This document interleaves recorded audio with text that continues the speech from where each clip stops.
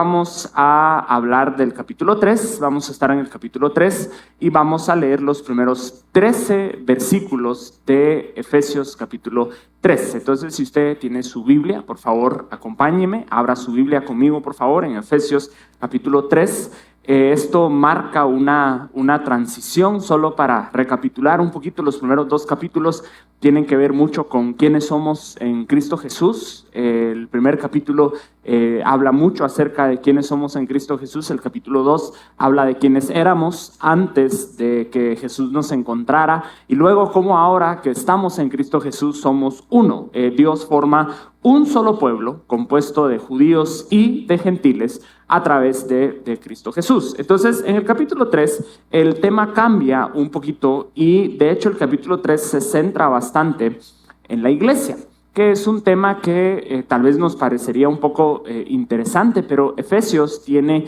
lo que nosotros llamaríamos una eclesiología alta. Significa esto que Efesios le pone mucho énfasis al tema de la iglesia y el papel que juega la iglesia en la visión de Dios, en lo que Dios está haciendo. Entonces, Efesios capítulo 3, verso 1, y vamos a leer del verso 1 al verso 13. Dice: por esta causa, yo, Pablo, prisionero de Cristo Jesús, por vosotros los gentiles, si es que habéis oído de la administración de la gracia de Dios que me fue dada para con vosotros, que por revelación me fue declarado el misterio, como antes lo he escrito brevemente, leyendo lo cual podéis entender cuál sea mi conocimiento en el misterio de Cristo.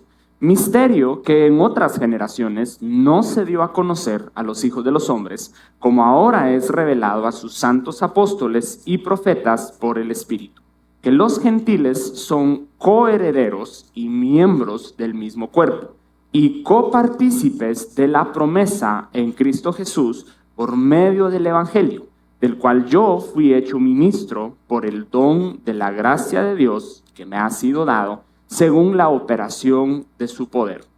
A mí, que soy menos que el más pequeño de todos los santos, me fue dada esta gracia de anunciar entre los gentiles el Evangelio de las inescrutables riquezas de Cristo, y de aclarar a todos cuál sea la dispensación del misterio escondido desde los siglos en Dios, que creó todas las cosas, para que la multiforme sabiduría de Dios sea ahora dada a conocer por medio de la iglesia a los principados y potestades en los lugares celestiales, conforme al propósito eterno que hizo en Cristo Jesús nuestro Señor, en quien tenemos seguridad y acceso con confianza por medio de la fe en Él.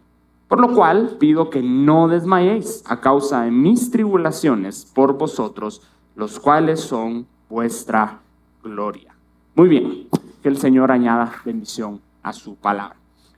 Como lo dijimos a manera de recapitulación, Pablo ha estado hablando acerca de la reconciliación que Cristo efectuó entre judíos y gentiles. Dios ha creado una nueva humanidad que es a la vez la familia que Dios ama y el templo en el cual Dios habita. Y el Efesios capítulo 1 y Efesios capítulo 2, todo tiene que ver con ustedes. Nosotros diríamos nosotros, ¿verdad? Pablo dice ustedes. Pero en el capítulo 3, Pablo interrumpe abruptamente su pensamiento y empieza a hablar de sí mismo. De repente Pablo dice: yo, Pablo, prisionero de Cristo Jesús, y luego empieza a hablar de muchas cosas que él ha hecho. Y la primera forma en que Pablo se describe a sí mismo es que él era prisionero de Cristo. ¿Qué significa que Pablo era prisionero de Cristo? Humanamente, Pablo no era prisionero de Cristo. Por supuesto, Cristo no era su carcelero. Humanamente era el emperador Nerón, el emperador que probablemente lo terminó matando. Por cierto, la imagen que usted ve allí en la diapositiva es la prisión mamertina, que es la cárcel en donde tuvieron a Pedro y a Pablo en sus últimos días antes de ser ejecutados. Y no sé si usted logra ver allí en el altar, porque ahora lo convirtieron en una iglesia, por supuesto, pero en el altar hay una cruz al revés, ¿verdad? Hay una cruz de cabeza. Entonces alguien podrá decir, uy, eso es un símbolo oculto.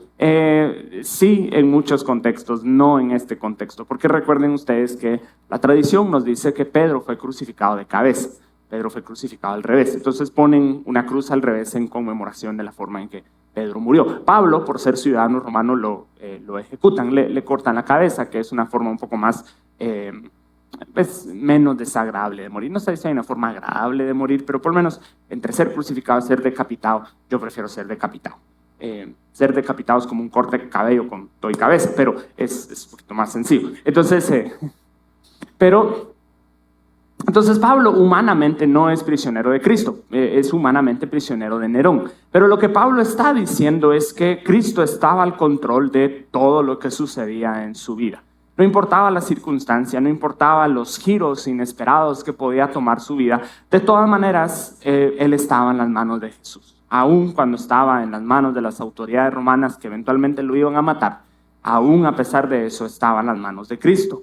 Y también habla de su entrega completa a Cristo como Señor de su vida. Pablo está dispuesto a ir a la cárcel e incluso a morir por la causa de Cristo.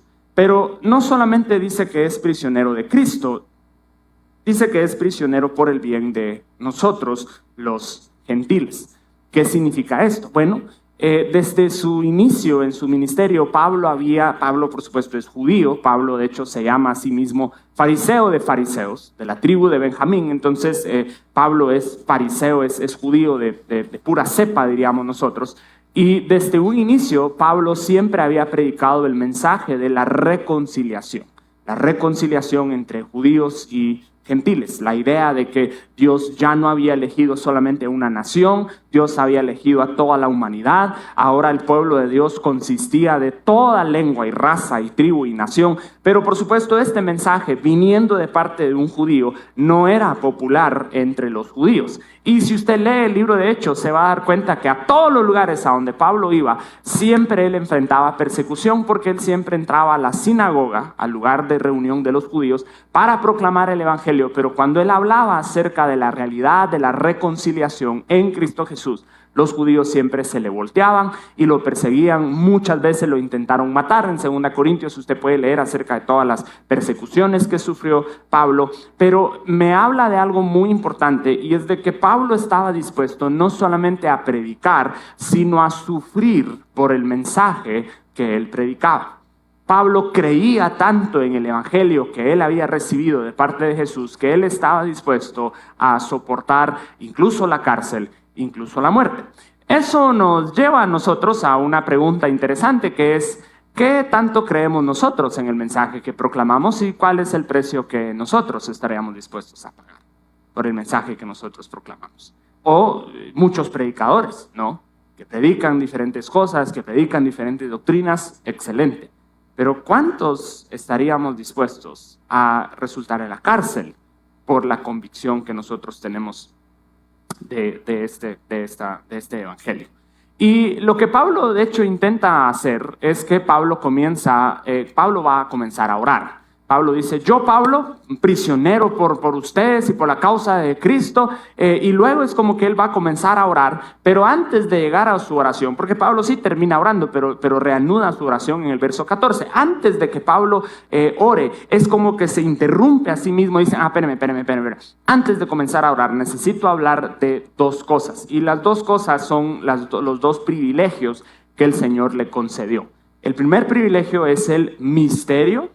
Y el segundo privilegio Pablo lo llama el ministerio, ¿sí? Entonces, misterio y ministerio. Y de eso es lo que básicamente vamos a hablar el día de hoy. ¿Cuál es el misterio y luego cuál es el ministerio que a Pablo se le dio, que también a nosotros se nos dio?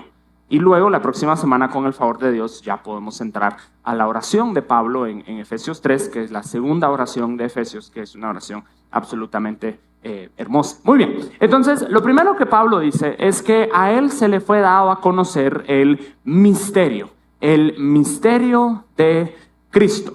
Ahora, la palabra misterio en español, la palabra que nosotros utilizamos, la raíz de esta palabra es una palabra griega que es la palabra musterio, ¿sí? Entonces imagínense, un gran cambio que le hicimos nosotros ahí, ¿verdad? Entonces nosotros ahora decimos misterio y en griego se dice musterio. Entonces mire, hoy le enseñé a usted una palabra en griego. Úsela como usted prefiera, ¿verdad? Entonces de repente usted se topa con alguien y le dice, hey baby, ¿sabes que puedo hablar griego? Y entonces ahí me cuenta cómo le va. O sea, entonces, no sé qué vendría después de eso, pero pues si quieres te puedo decir cómo se dice misterio. Pero entonces el problema está en que a pesar de que las dos palabras se parecen mucho, misterio y musterion, no significan exactamente lo mismo. La palabra misterio en español significa algo oculto, significa algo oscuro o difícil de entender, ¿verdad? Algo que nosotros no entendemos, algo que es incierto, es un misterio. ¿Será que aquel va a aparecer o no? Saber, es un misterio. ¿Será que Guatemala va a ir a un mundial algún día? Es un misterio, ¿va? O sea, saber. A ver si los sabios pueden interpretar eso, porque lo más seguro es que, quién sabe. Entonces, para nosotros, cuando nosotros pensamos en un misterio, pensamos en algo que es difícil de entender o algo que está oculto, algo que nosotros no podemos entender fácilmente. Pero la palabra griega, la palabra musterion, significa un secreto guardado a la vista. O sea, un secreto guardado en plena vista. Yo creo que tengo esa frase allí para que la podamos apuntar. O puede significar un secreto concedido a un grupo elegido. Un secreto concedido a un grupo elegido. Entonces, sí es un secreto, pero es un secreto guardado en plena vista. En la época de Pablo, la época en la que se escribe el Nuevo Testamento, habían muchas diferentes religiones, al igual que hoy día. Estaban las religiones tradicionales, si las queremos llamar así, en donde adoraban a los dioses grecorromanos, Júpiter y Marte y los diferentes dioses, Atenas, etcétera, Apolos, dioses grecorromanos. Pero habían otros grupos, otras religiones que ahora nosotros les llamamos religiones de misterio. Y tengo una foto ahí de un tipo que está cazando un toro, no sé si me la pueden poner. Eso, muy bien. Entonces déjenme la imagen ahí un ratito. Y estas religiones de misterio eran ritos secretos que si usted quería formar parte del club, usted tenía que pasar ciertos procesos de iniciación. Es como que hoy día usted quisiera, que espero que no, ¿verdad? Pero hoy día es como que usted quisiera ser parte como de los masones o del Opus Dei, una cuestión así. Usted tiene que entrar aquí y tener todo un proceso para ir conociendo. Pero una vez que usted era parte del grupo, de la élite, a usted se le concedía el conocimiento de estos misterios. Una de las religiones de misterio más famosas que todavía nosotros no existe hoy día, pero conocemos mucho acerca de esta religión, es más o menos lo que sucedía acá, que es la religión de Mitras o la religión mitraica. Mitras era un dios pequeño, inferior en el panteón romano, y uno de los ritos que se practicaban para adorar al dios Mitras es que los feligreses se ponían bien borrachos, pero así bien borrachos, a tal punto que despedazaban un toro con sus manos y con sus dientes. O sea, usted tiene que estar polo, así bolo, para agarrar a un toro a uñazo limpio y destazarlo. O sea, es otro nivel.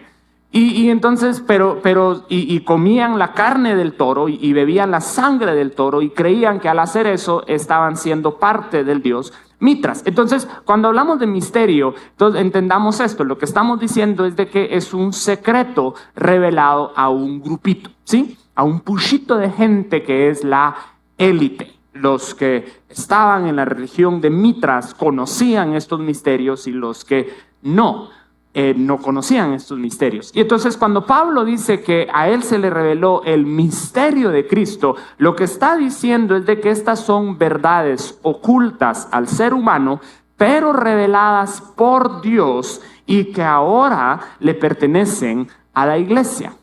Es una revelación que Dios nos concede por estar en Cristo, por formar parte de este grupo. O lo podríamos decir de esta manera: hay ciertas cosas que nosotros los cristianos entendemos que los que no son cristianos simple y sencillamente no entienden. Hay ciertas cosas que se entienden por el Espíritu, ciertas cosas que no tienen sentido para una persona que no es cristiana. Todo el caló evangélico que nosotros utilizamos. Nosotros no hablamos español, hablamos evangelicoide. Es similar, pero tiene muchos, en lugar de decir sí, nosotros decimos amén, y cosas así. Pero hay ciertas cosas que las personas de afuera, por así decirlo, no van a entender. Y entonces Pablo dice: a mí se me concedió, y por lo tanto yo les estoy diciendo a todos ustedes, el misterio de Cristo. ¿Cuál es el misterio de Cristo? Pablo nos lo dice en términos muy explícitos. Es la unión completa de judíos y gentiles unos con otros. Es la unión completa de judíos y gentiles unos con otros, en una unión perfecta con Cristo. Ese es el misterio. En otras palabras, lo que Pablo está diciendo es: miren, Dios tenía un plan desde antes de la fundación del mundo, desde antes de la creación, del universo. Dios tenía un plan perfecto y eterno en donde Él iba a crear un pueblo compuesto de judíos y de gentiles, de todas las naciones, de todos los pueblos diferentes. Y ese pueblo, esa creación, iba a ser la máxima manifestación, el máximo despliegue de la sabiduría y del poder de Dios. Pero Dios puede guardar secretos, a diferencia de algunos de nosotros. Dios sí puede guardar secretos. Y entonces, en esencia, Pablo está diciendo: miren, Dios tenía esto tan listo, tan preparado, pero no se lo había revelado a nadie hasta el cumplimiento de los tiempos. Y ahora se nos revela a nosotros. Qué bendición tenemos usted y yo, mi amado hermano, de vivir en una época en donde nosotros vemos claramente lo que el profeta Isaías, por ejemplo, nunca percibió. Lo que todos los patriarcas y jueces y reyes y profetas del Antiguo Testamento no vieron claramente, porque dice que no se le reveló a nadie más sino a nosotros. Nosotros vemos claramente el misterio que nadie más en toda la historia logró ver. Qué bonito, ¿no? Qué bonito. Es malaya vivir en la época de Isaías. Más no, malaya tener la unción de Jeremías. No, lea el libro de Jeremías y se me cuenta qué le parece después, porque al pobre Jeremías no le fue muy bien.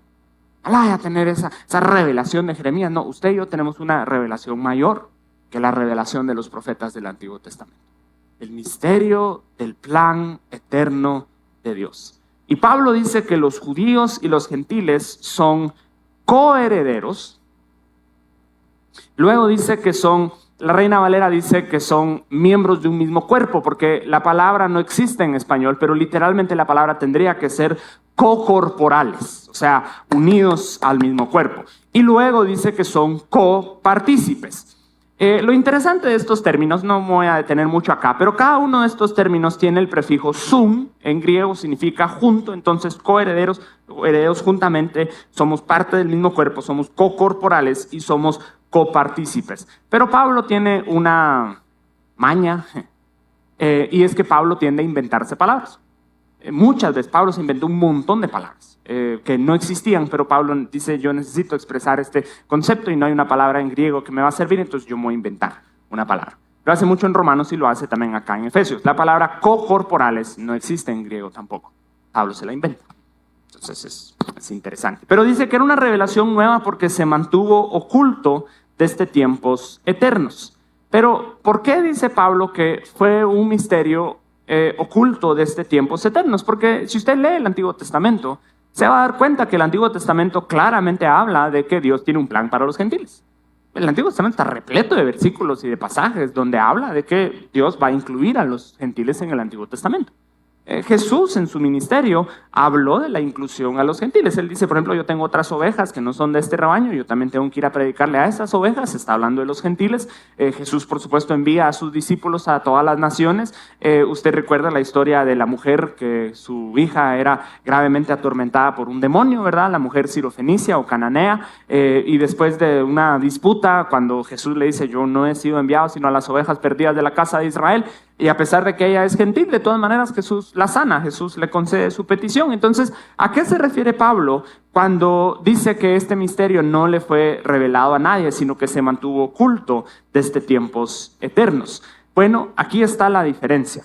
La diferencia es que todo en el Antiguo Testamento apuntaba a que los gentiles serían incluidos en Israel. En otras palabras, los profetas sí sabían que Dios tenía planes para los gentiles, pero según ellos, los planes que Dios tenía para los gentiles era que los gentiles fueran incluidos en Israel, es decir, que los gentiles se convirtieran en judíos, que guardaran la Pascua, que practicaran la circuncisión, que observaran las diferentes fiestas y leyes alimenticias. Esa era la expectativa. Y en el Nuevo Testamento tenemos a muchos ejemplos de personas que no eran judías étnicamente, pero que sí practicaban el judaísmo. El ejemplo más famoso de esto es Cornelio, por ejemplo, en Hechos 10. Cornelio es un centurión romano, pero dice que era un hombre devoto y piadoso que oraba. ¿A quién le oraba? Le oraba al Dios de los judíos. No le oraba a los dioses romanos, a pesar de que él era romano, le oraba al Dios de los judíos, a Yahweh. Y entonces los judíos tienen esta idea de que algún día todos los gentiles van a ser judíos, van a ser iguales a ellos, porque Dios los eligió a ellos. El plan radical de Dios es que Dios dice, nope, yo no los voy a convertir en judíos y a ustedes tampoco los voy a convertir en gentiles, sino que toda la humanidad va a ser parte de una nueva comunidad llamada iglesia, donde según otro escrito de Pablo, que es Gálatas, no hay judío ni gentil. En otras palabras, las barreras internacionales, las barreras culturales, las barreras raciales y étnicas ya no existen más. Es un pueblo internacional. La idea de Dios nunca ha sido que nosotros seamos judíos. Nunca ha sido esa la idea de Dios. Necesitamos entender eso. Porque hasta el día de hoy, como lo hemos dicho muchas veces, hay un montón de cristianos que creen que para ser buenos cristianos tienen que ser judíos. Un montón de cristianos que por X o Y razón, la verdad es que no entiendo exactamente todas las razones, pero siempre ha existido esta tendencia de poder parecernos a judíos. Yo no sé si ustedes recuerdan, cuando yo estaba pequeño, ahí donde usted me mira todo chiquitito en edad, pero pesa, llevo mis añitos. Cada día más, eso, pesan más. Pero bueno, eso es otra serie. Hubo una época en la iglesia, hace 10 o 15 años más o menos, en donde la música como judía se puso muy de moda. Por ejemplo, ¿alguien recuerda la música de Paul Wilbur? ¿Recuerdan la música de Paul Wilbur? ¿Verdad? Entonces hacían su rueda todos los hermanos. Y ahí andaban todos. Por supuesto, Fernel Monroy. ¿Verdad? Había que, giro. Entonces era todos. Y todas las iglesias tenían que tener un shofar. Si su iglesia no tenía shofar, yo no sé ni qué rayo estaba haciendo usted en esa iglesia, porque obviamente no era una buena iglesia. Toda iglesia que se respeta tenía shofar. Y yo recuerdo que mi papá, cuando yo estaba chiquito, mandó a traer un shofar. Lo mandó a traer de Israel. O sea, ese no era un cabro cualquiera, ese era un judía, esa cabra. Y yo no sé de qué murió esa cosa, pero ese shofar apestaba como saber ni qué enfermedad murió el pobre, y de ahí le sacaron. Y entonces la idea era tener que probar los diferentes toques, y había un toque que era varios así, y había uno que era largo de 9 segundos, porque los 9 segundos representaban no sé qué, y se pusieron muy de moda. Creo que ahora van mermando un poquito, pero hubo un tiempo en donde casi también todas las iglesias tenían grupos de exaltadores, ¿verdad? danzarinas, ¿verdad? Que tenían sus uniformes y sus banderas y sus panderos y tenían movimientos que si se hacía así era que le estábamos dando al diablo en no sé dónde, y si le hacíamos así significaba no sé qué, y todo era y eso era como que la cuestión ahí que se volvía, ¿verdad? Estaba muy de moda. Benja, pienso que necesitamos comprar un shofar, deberíamos... Amén, dice, es un ministerio shofarístico. Sí. Para comenzar, sí, Jorge está de acuerdo, dice, para comenzar el servicio. Buenos días, Casa de Salvación, ¡turuja! Así, en el primer servicio, todos los hermanos, todos así como que ya despertar. Pero gracias a Dios eso ya fue mermando. Gracias a Dios. Porque, o sea, está bien pues, pero siempre ha habido esta tendencia de ser judíos. Y realmente la intención de Dios nunca ha sido que seamos judíos. La intención de Dios es que seamos cristianos. Y los judíos, en virtud de ser judíos, no tienen absolutamente ninguna ventaja sobre usted y sobre mí, que somos guatemaltecos, somos de acá, no somos gentiles. Tiene absolutamente ninguna ventaja. No, el ser judío no le da absolutamente ninguna ventaja, porque la idea de Dios nunca ha sido todos seamos judíos. La idea de Dios es seamos miembros de la iglesia. La iglesia que Cristo funda a través de su muerte y resurrección. Entonces, supongo que no deberíamos tener un shofar. Pero bueno, muy bien. Entonces, luego el segundo punto que Pablo habla es acerca del ministerio que le fue confiado. Habla acerca del misterio y luego habla acerca del ministerio que le fue confiado. Y ata íntimamente el ministerio con el misterio.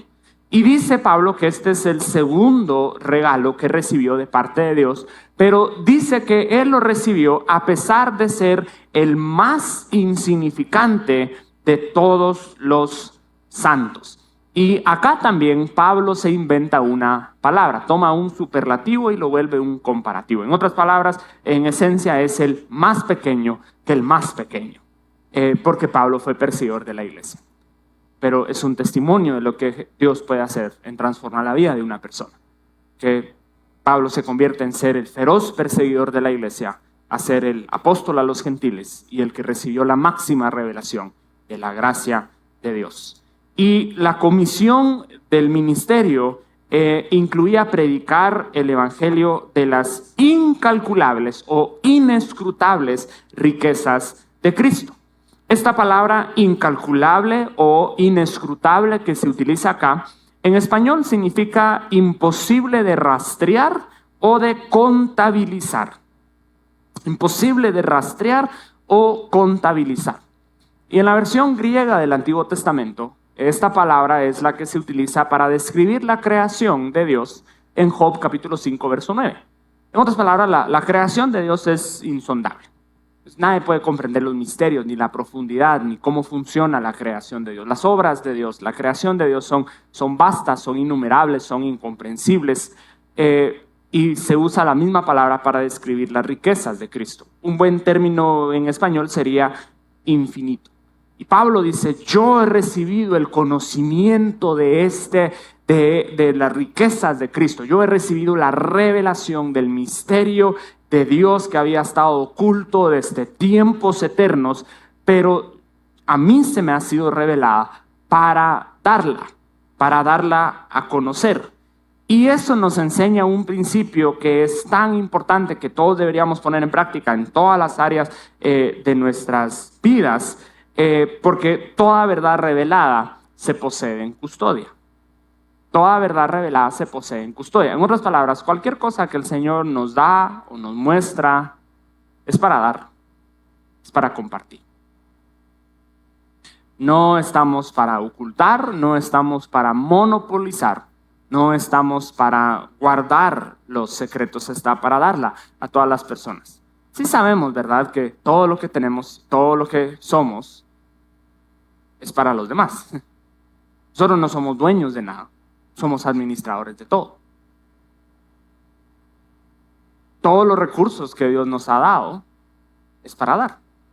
Y hay muchas personas que nunca prosperan realmente.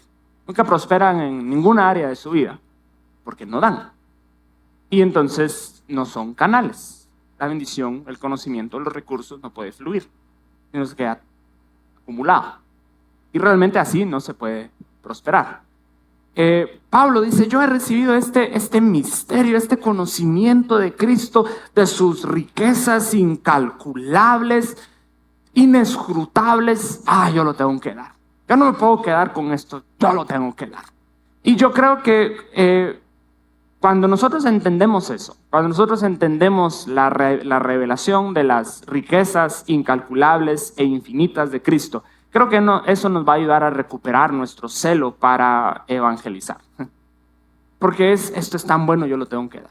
Esto es tan bueno que hay tantas otras personas que se están perdiendo, que no se tendrían que perder si supieran lo que nosotros sabemos.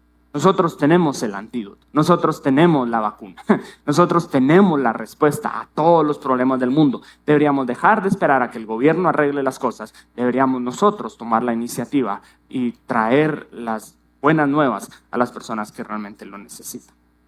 Y dice que el ministerio de Pablo era revelar o aclarar el misterio de Cristo a todos los hombres. Y parte de esta proclamación tiene que ver con Dios como creador.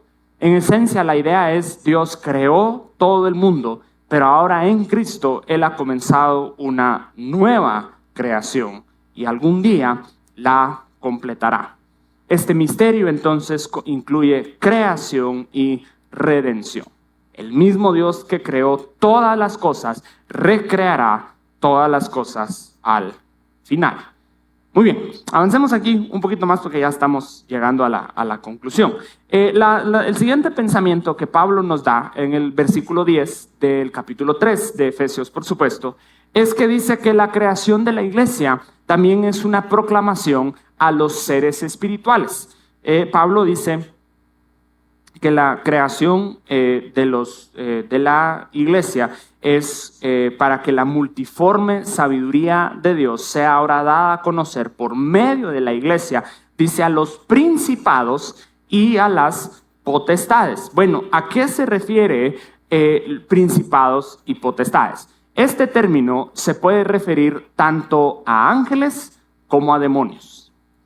La mayoría de personas, cuando piensan en principados y potestades, por lo menos si a usted le enseñaron como a mí me enseñaron, principados y potestades siempre significa demonios, ¿verdad? Siempre son fuerzas espirituales malignas. Yo recuerdo cuando yo estaba chiquito y yo iba a ciertas reuniones de intercesión, que la hermana que estaba a cargo de la reunión de intercesión siempre oraba y siempre reprendía principados y potestades, ¿verdad? Entonces estamos acostumbrados a la idea de que principados y potestades se refiere a demonios. Sí, pero no solamente a demonios, de hecho se puede referir a ángeles también. En otras palabras, se refiere a todo tipo de seres espirituales.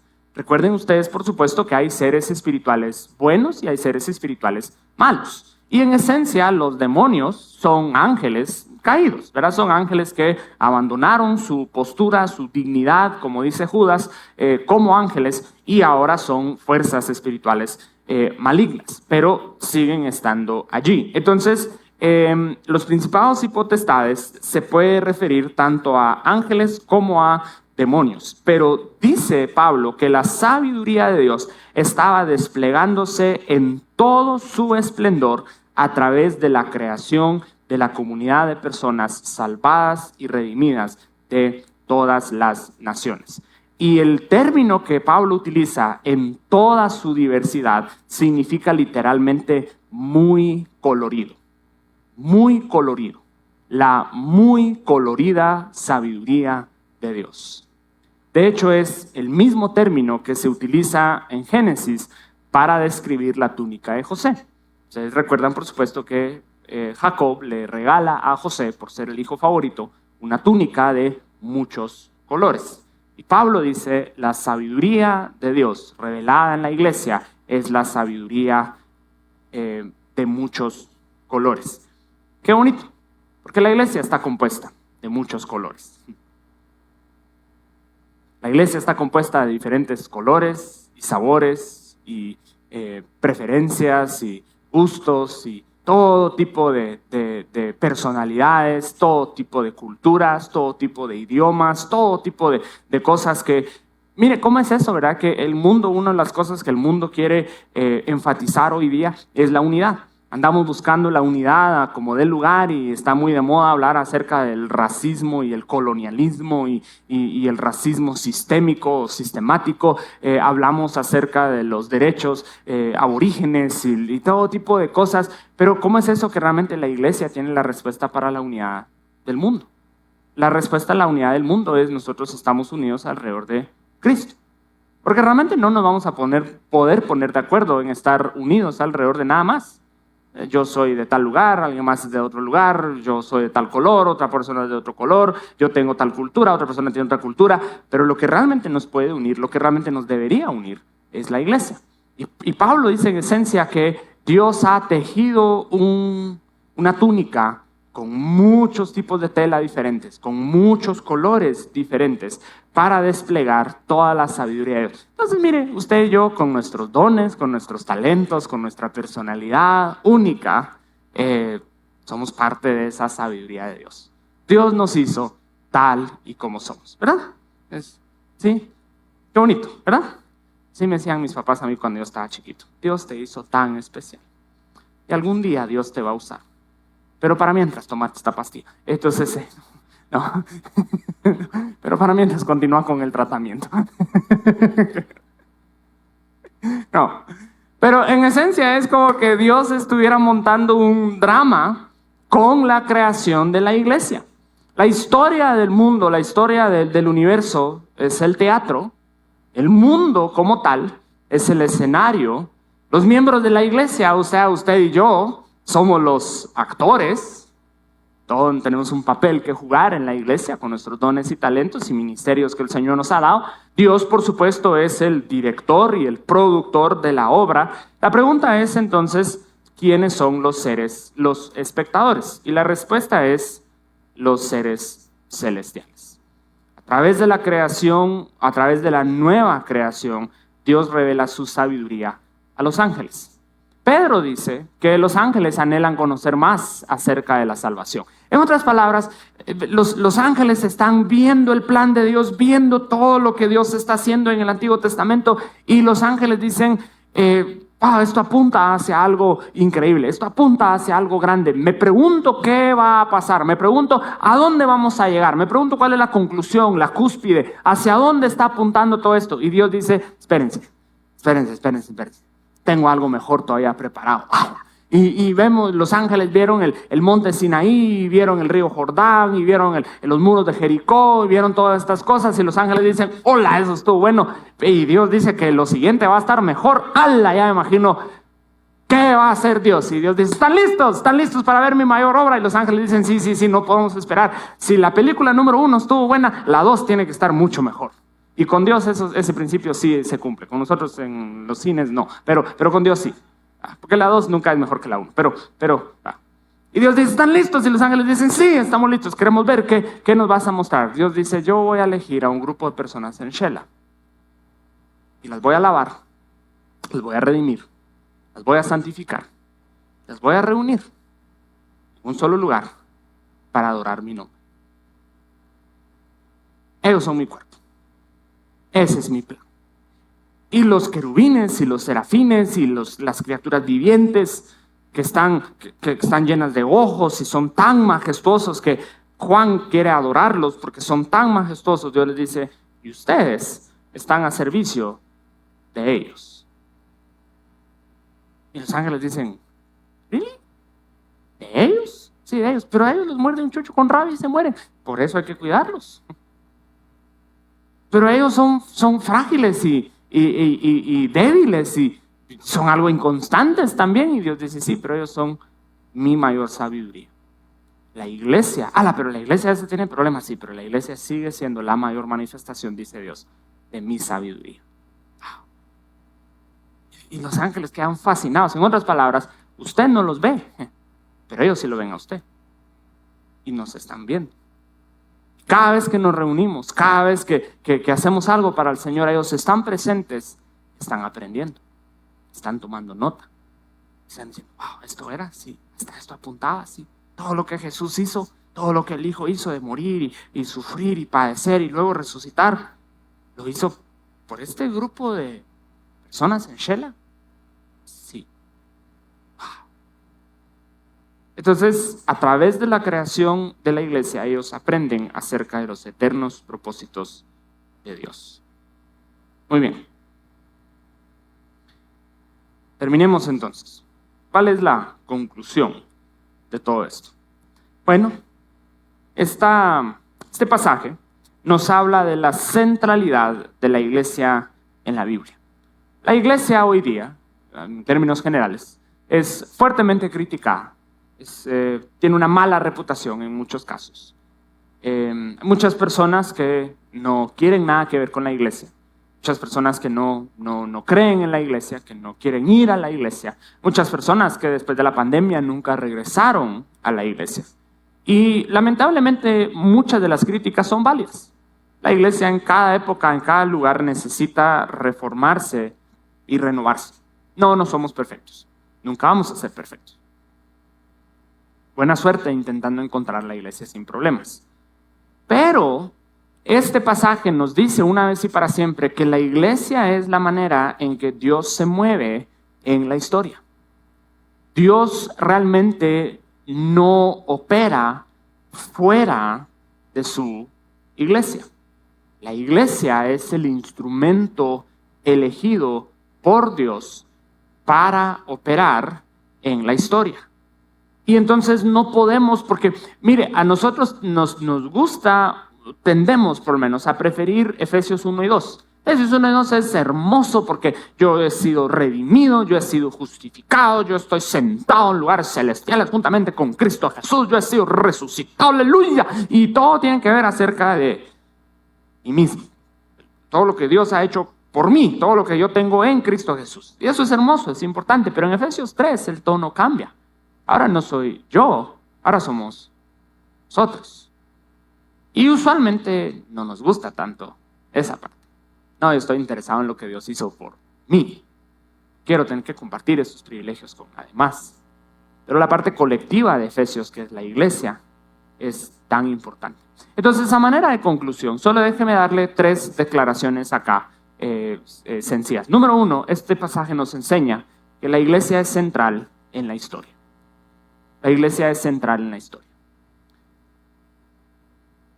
Déjeme recordarle cuál es la visión histórica del cristianismo. La visión histórica del cristianismo es que la historia es la historia de Dios. Yo sé que usted sabe esto, pero déjeme recordarle que Dios sigue estando en control. Rusia no está en control, y Ucrania no está en control, y Estados Unidos no está en control, Guatemala definitivamente no está en control ni siquiera de sus propias carreteras, pero ningún país, ningún imperio, ningún reino, China no está en control, el COVID no está en control, Dios está en control. Dios es el Dios de la historia. Y Dios se mueve a través de la historia en base a un plan formulado desde antes de la fundación del mundo. En otras palabras, la historia no toma por sorpresa a Dios. La historia tal vez nos toma por sorpresa a nosotros. La historia no toma por sorpresa a Dios. Y la forma en que Dios se mueve a través de la historia es a través de la iglesia. ¿Y cómo es eso? Porque la visión de la historia del cristianismo es muy diferente a la visión secular. La historia secular centra su atención en reyes, reinas y presidentes y jefes de Estado. Nos enseñan acerca de diferentes presidentes, nos enseñan acerca de diferentes dictadores, nos enseñan acerca de diferentes reyes y se nos enseña a pensar, ellos son los personajes más importantes de la historia. Ellos son los que mueven la historia, ellos son los que controlan la historia, ellos son los que impulsan la historia, ellos son los personajes más importantes. Pero la Biblia dice que los personajes más importantes de la historia son un grupo de personas que muchos los pasan por altos, llamados los santos. La visión de Dios, la iglesia, nosotros, somos mucho más importantes que la reina de Inglaterra. Nosotros somos los que somos parte del plan de Dios en la historia, no los presidentes y dictadores y reyes.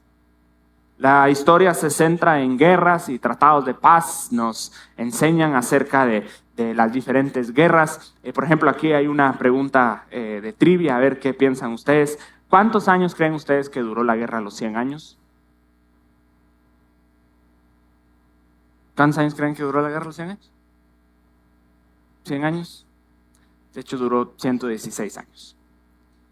de 1337 a 1453. Aquí va otra pregunta, pues ya que contestaron esa pregunta. ¿Cuántos años duró la guerra? Los 30 años. Entonces, allá no vamos a decir 30, vamos a decir 31. No, esa sí duró 30 años. De 1618 a 1648. Entonces sí, la guerra de los 30 años duró 30 años. Pero entonces son guerras y tratados de paz, pero la Biblia centra su atención sobre un grupo de personajes insignificantes, se centra entre la guerra entre el bien y el mal, y esta guerra es ganada por Jesucristo con un tratado de paz ratificado por su sangre. Entonces Dios sigue estando en control.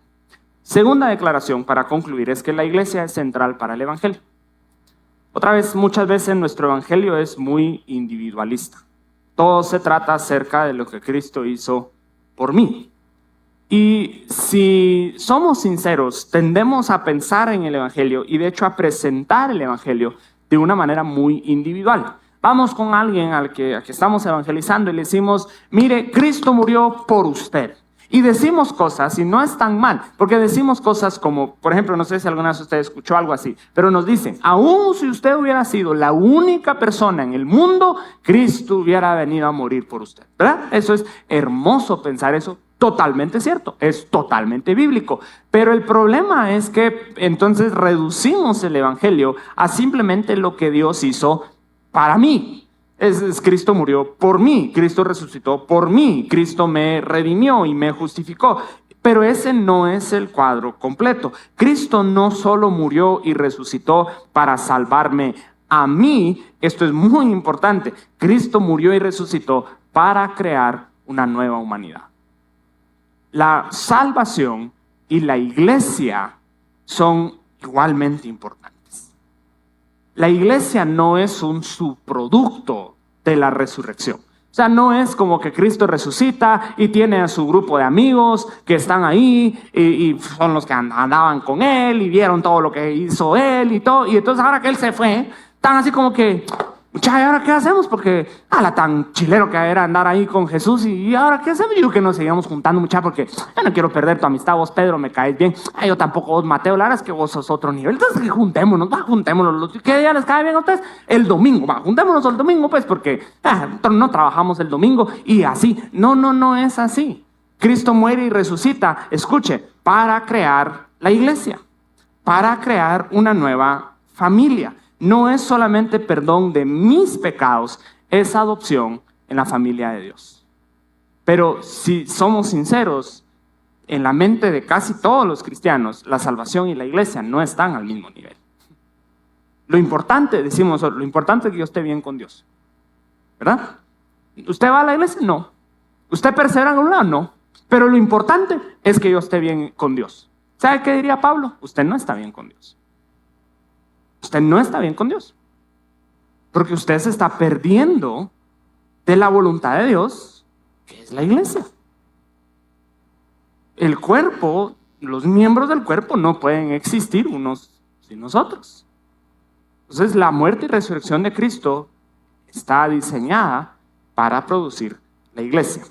Y la última declaración es que la iglesia es central para la vida del creyente. La iglesia es central para la vida del creyente. Pablo está tan convencido del plan de Dios para la iglesia que estaba dispuesto a sufrir por ella. Estaba dispuesto a dar su vida por la iglesia. ¿En dónde nos deja eso a nosotros? ¿Cómo vemos nosotros la iglesia? Hoy día hay tantas personas que no van a la iglesia. Cristianos que no van a la iglesia. Especialmente después de la pandemia, ¿verdad? Nunca regresaron. Yo me topaba con muchas personas cuando la iglesia volvió a comenzar y estábamos intentando lograr que las personas regresaran y todo, y de repente me topaba con él y decía, mire, usted no lo he visto en la iglesia, ya terminó las restricciones y todo, mire, ya comenzamos con servicios presenciales. Está peligroso usted. No, todavía no es que está peligroso. Bueno, está bien. ¿Pero usted va al mercado? Sí, voy al mercado. Sí, el mercado es súper higiénico. Miren, es sanitizado. Entonces, para lamer el pavimento de tan limpio que está ahí. ¿Usted se sube a un bus? Sí, me toca subirme a un bus. Va. ¿Y de ahí? Y hasta el día de hoy, un montón de cristianos que no regresaron a la iglesia. Pero He aquí la razón por la cual esta iglesia insistió tanto en reanudar sus servicios. Porque la Biblia nos manda a no dejar de congregarnos. Punto. Eso es lo que la Biblia nos manda. Y por eso es de que si se dieron cuenta, y esto es un tema que para mí, yo no estoy de acuerdo con los pastores y las iglesias que salieron a decir, tú eres la iglesia en tu casa. Sí y no. Sí, somos hijos individuales de Dios, pero pertenecemos al cuerpo de Cristo. Hubo muchos pastores y muchas iglesias que incluso después de la pandemia, nosotros, no sé si sabían esto, pero nosotros fuimos la primera iglesia en Quetzaltenango en volver a abrir. O sea, el día después de que el presidente anunció, nosotros ya estábamos teniendo jueves de conocer. O sea, pero hubo otras iglesias que se tardaron meses en volver a abrir. Tal otro año estaban todavía ahí bien, si sí o si no. Y era, mejor no, ¿por qué? ¿Por qué vamos a volver a reunirnos? Si todos podemos estar conectados por Zoom. No, gracias a Dios por la tecnología. Pero esa no es realmente la voluntad de Dios. La voluntad de Dios es de que nosotros le pertenezcamos a la iglesia. Yo no estoy diciendo es para que todos le pertenezcan a Casa de Salvación, obviamente. Pero muchas veces, lamentablemente, nosotros vemos la iglesia como un hobby, como un club. Como algo que hacemos ocasionalmente los domingos si nos da tiempo. Si hay frío, si está lloviendo, si nos queda muy lejos, si tenemos otros planes, si nos invitaron a un cumpleaños, si nos cruzó otra cosa por allí, ya no vamos.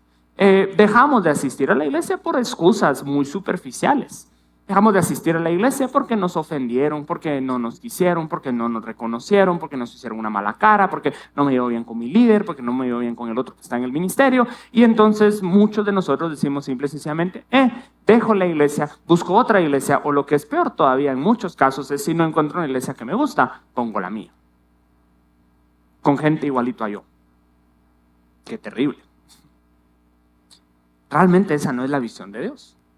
La visión de Dios es de que todos nosotros seamos parte de la iglesia. Otra vez, obviamente no es solamente Casa de Salvación, pero la visión de Dios es de que todos seamos parte activa de nuestras respectivas iglesias.